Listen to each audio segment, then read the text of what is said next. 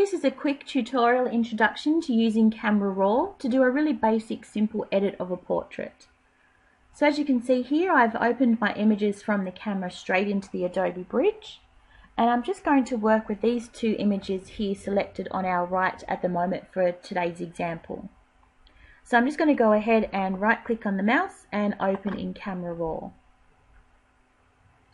Now I'm using Photoshop CS5 at the moment, so that's the version that this is. And as you can see here, our images open straight up. So there's a couple of different things that I always tend to do in my images before I open them into Photoshop to do a full edit. And a couple of those things are really simple. The first one is always just adjusting the white balance.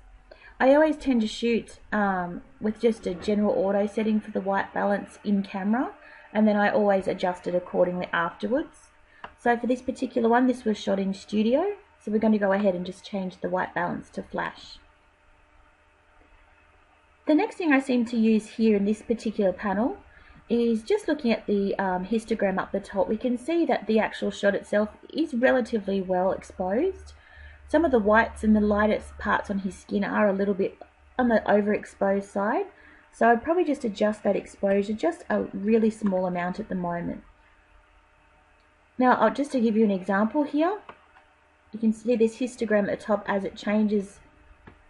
We have the lights on this side here of the histogram, and this is the dark side as well.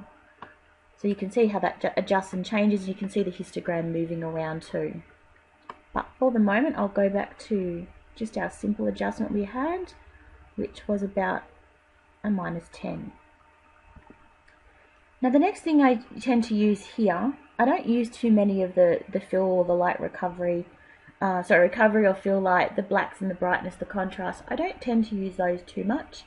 I do really try, particularly with the light and the recovery here, to always get the shot as close to possible in camera, so I have as least to edit afterwards. So I don't tend to use those too much. I'm not going to use those here. Often what I will do is just adjust the clarity slider, only a very small amount. I find that if you play with that one too much, you can actually get an over sharpened image, which can actually look pixelated and a little distorted. Now at the top here at the moment, you can see we're working in just the basic panel here to adjust, but there are other options here that we can use as well.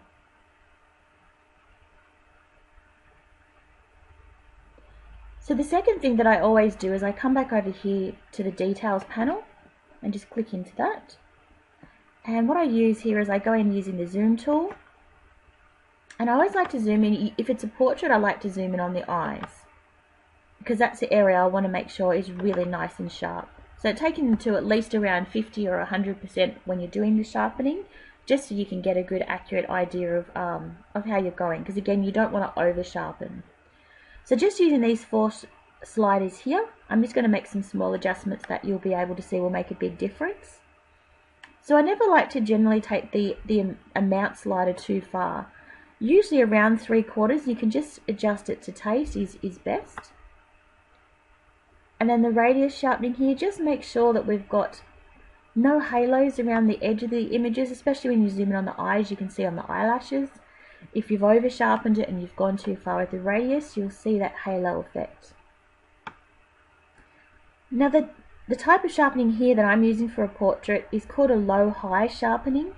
So essentially that we will keep the amount slider and the detail slider less than the radius and the masking.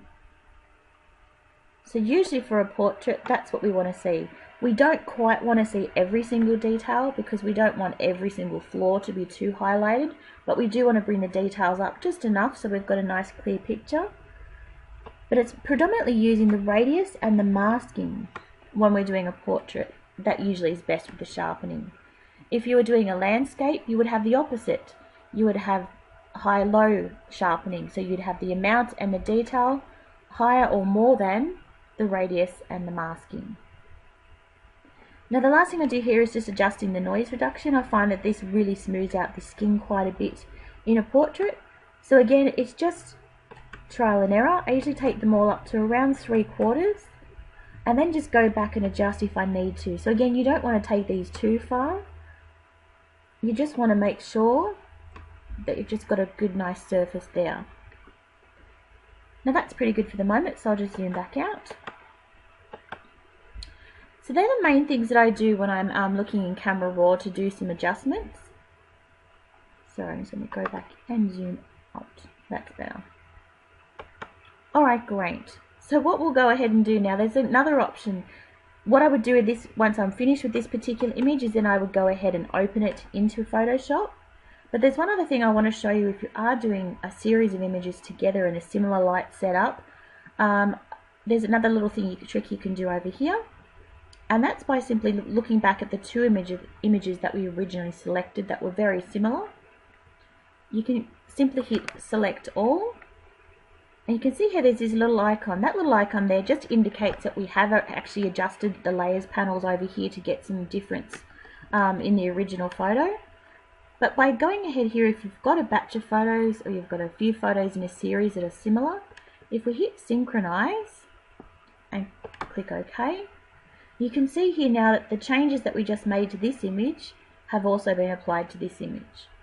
This is really great, especially if you're just doing basic sort of family photos, photos at home, and you just want to make they're all taken in the similar light settings. They might all be taken outside of the barbecue, and you just want to do those basic tidy ups of just make sure the exposure's right, make sure they're nice and sharp, and make sure there's plenty of detail.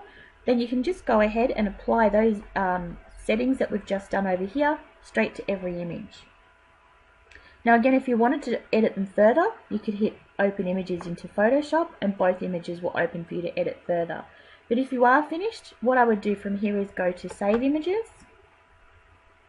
I would select the location. As you can see here, I've got some photos that I've got in my 2015 folder from Easter. So you just go through and just choose whichever folder you'd like. Select the format. The JPEG option is usually what we check here.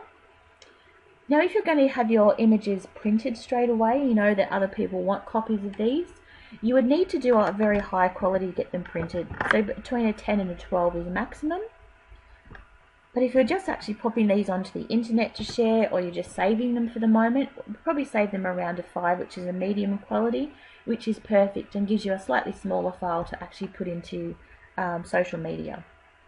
You just go ahead and click save, and they take those JPEGs straight across to the folder that you're wanting to save them in.